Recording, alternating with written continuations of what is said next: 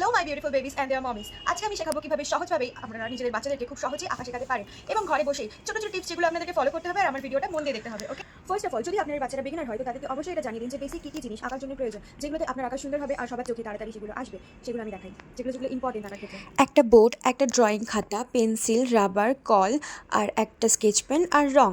Camel রংটা আমার personally বেশি ফেভারিট। এবার আমের বেসটা আমরা করে নেব। প্রথমে একটা পাঁচের মতো আঁকবো, তারপরে সেই পাঁচটাকে একটু ঠিক করে নেব। আমের মুখটা যেহেতু একটু থ্যাবড়া মতো হয় তাই মুছে একটু থেবড়ে নেব।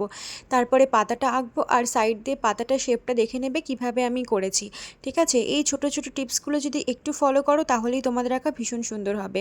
বেসে আমি চারটে রং ব্যবহার করব, কারণ এটা একদম নতুন যারা আঁকা শিখছে তাদের জন্য। প্রথমে আমি হলুদ রংটা দেবো আমে, যেহেতু ছোট বাচ্চাদের প্রথমে পাকা আমটাই শেখানো হয় যাতে তাদের ইন্টারেস্টটা বেশি বিল্ড আপ করে। আজকে আমরা শিখলাম কিভাবে সহজেই আমরা আম আঁকতে পারি। এরপরে তোমরা কি কি শিখতে চাও আমাকে কিন্তু অবশ্যই কমেন্টে জানাবে, আমি সেই ভিডিওটাই তোমাদের সামনে এনে দেবো। টাটা।